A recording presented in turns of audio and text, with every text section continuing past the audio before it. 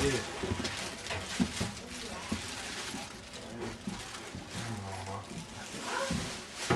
on, man.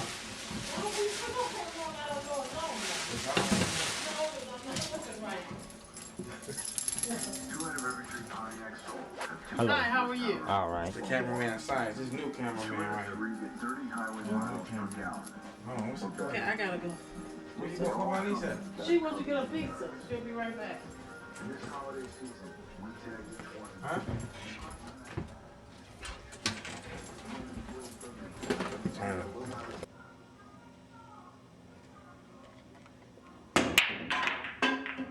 Damn, that was a good ass break, man. We seen the work in Gennaro, the family man. What do you do in your free time? Alright, I read.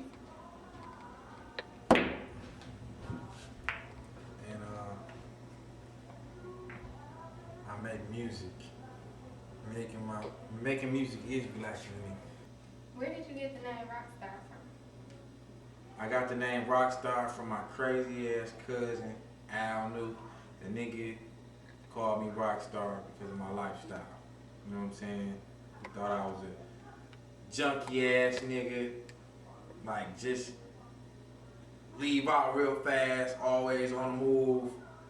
You know, bitches, revolving door bitches, you know what I'm saying? This bitches going in and out, whatever. He was like, dude, you live like a rock star. So he really gave me that name. And then I realized, damn, I really do live like a rock star and shit. So that's where that came from. What happened between you and Fred Hammond? Wow, that's a good question. Me and Fred Hammond, I got with Fred Hammond when I was younger. He basically taught me the game, but after I got a certain age, I was like, I can't be under this nigga no more. Fred Hammond is a good guy. I love Fred Hammond to death. He taught me like the game for real, like no other person taught me the game, but I just had to leave because I wanted to do my thing, and Fred Hammond at the time I was doing gospel rap. And Fred Hammond don't do gospel rap, you know, that wasn't his specialty, so he wasn't really concerned about, you know, what I was doing, and, you know, I had to raise up. But the nigga taught me the game because when I, like, was in the gospel arena, I thought that everybody doing gospel was living holy. I thought everybody that was doing gospel, you know, if you had the bomb gospel song, you must have a good relationship with God. And it wasn't even like that. Like, niggas in the gospel arena was living like the niggas doing secular music. I ain't understand that at the time. You can't explain that to a young nigga who look up to people.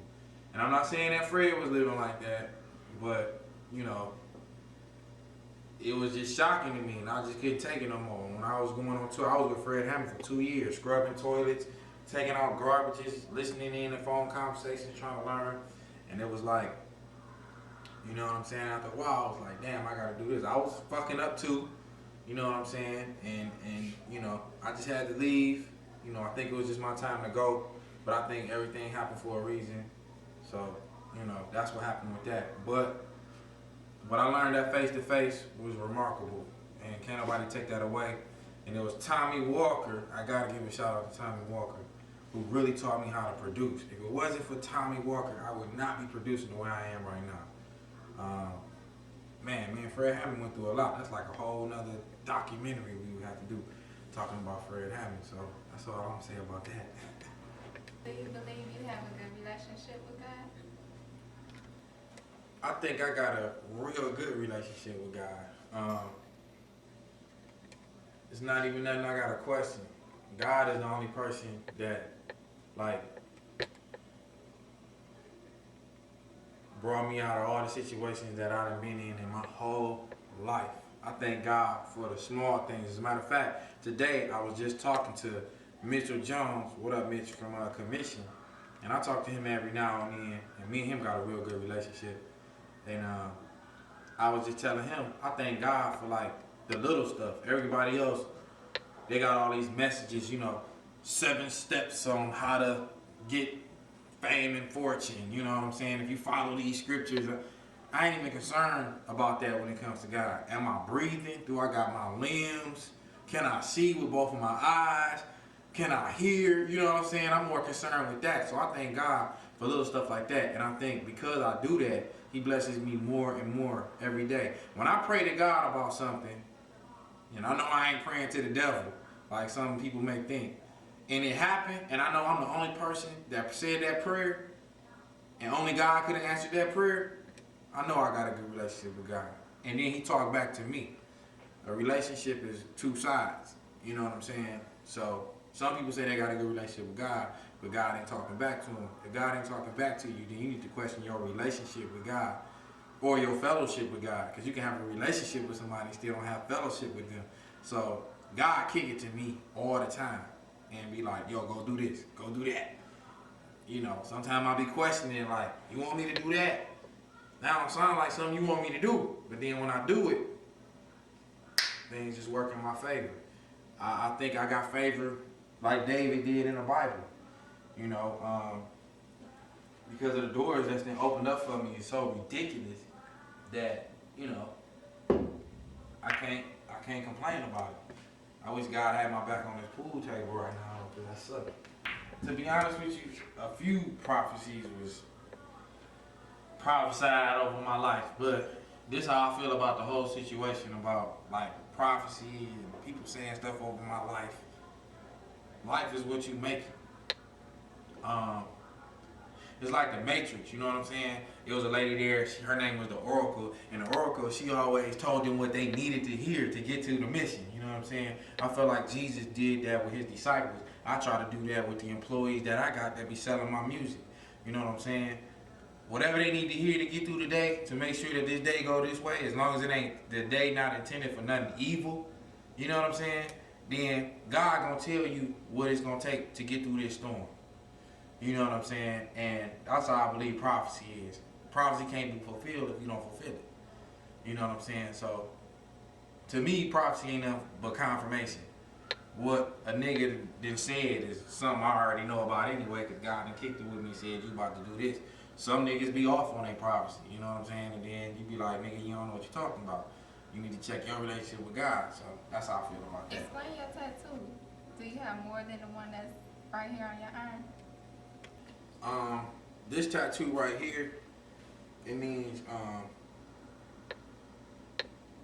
Yahweh, you know what I'm saying? But like because of like the people that came over here and killed the Indians, you know what I'm saying? The people of the European descent that kill everything they get their hands on, you know what I'm saying? They added like the A and the E. Really it's like YHWH. And you know, God's name can't be pronounced. That's what made me get that on my, you know, not to mention the fact that I got Jewish blood in me, you know. God's name cannot be pronounced.